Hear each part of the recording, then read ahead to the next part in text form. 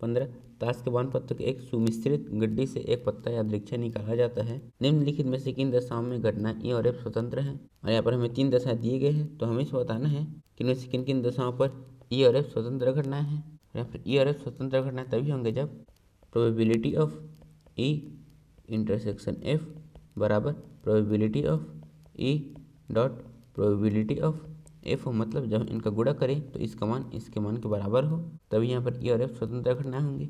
तो पहले हम इसे हल करेंगे और यहाँ पर ई है, निकाला गया पत्ता हुकुम का है, तो हम प्रोबेबिलिटी ऑफ ई लिखेंगे।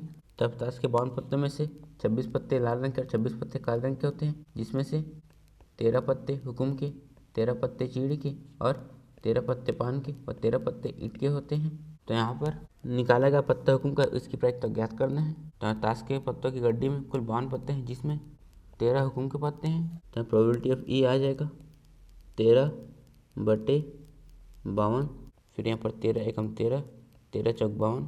तो यहाँ पर प्रोबेबिलिटी ऑफ ई बराबर आ जाएगा 1/4।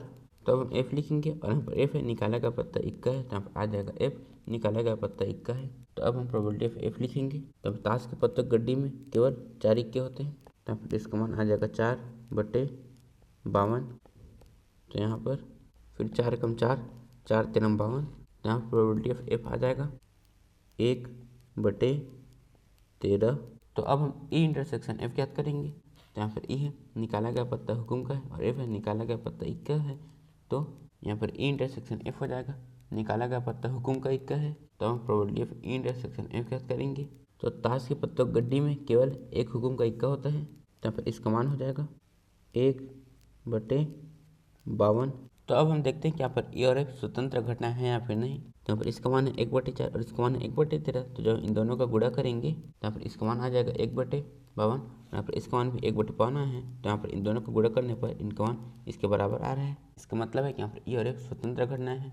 तो हम यहाँ पर लिखेंगे यहाँ 1/52 1/4 गुणा 1/13 के बराबर है, अर्थात probability of E intersection F probability of E dot probability of F के बराबर है। अतः ई और एफ स्वतंत्र घटनाएं हैं।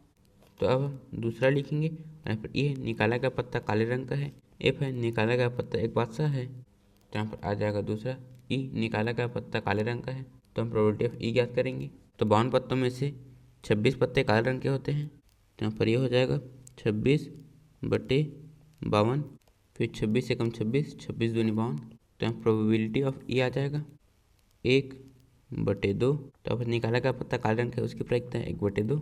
तो अब हम एफ लिखेंगे और यहाँ पर एफ है, निकाला गया पत्ता एक बादशाह है। तो अब हम प्रोबेबिलिटी ऑफ एफ ज्ञात करेंगे।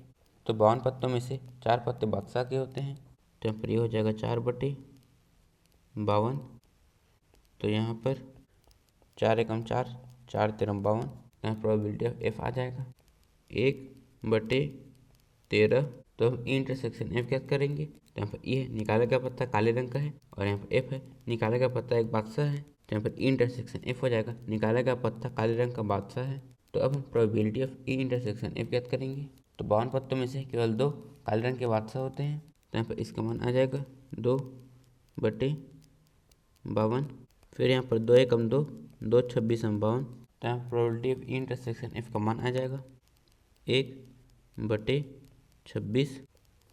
तो अब हम देखते हैं कि यहाँ पर ई और एफ स्वतंत्र घटनाएं हैं या फिर नहीं। तो यहाँ पर इसका मान है 1/26, और जब हम इन दोनों को गुणा करेंगे तो भी इनका मान 1/26 ही आएगा। तो यहाँ पर इन दोनों को गुणा करने पर इनका मान इसके बराबर आ रहा है। इसका मतलब है कि यहाँ पर ई और एफ स्वतंत्र घटनाएं हैं। तो हम लिखेंगे यहाँ 1/26 1/2 गुणा 1/13 के बराबर है, अर्थात probability of E intersection F probability of E dot probability of F के बराबर है। अतः ई और एफ स्वतंत्र घटनाएं हैं।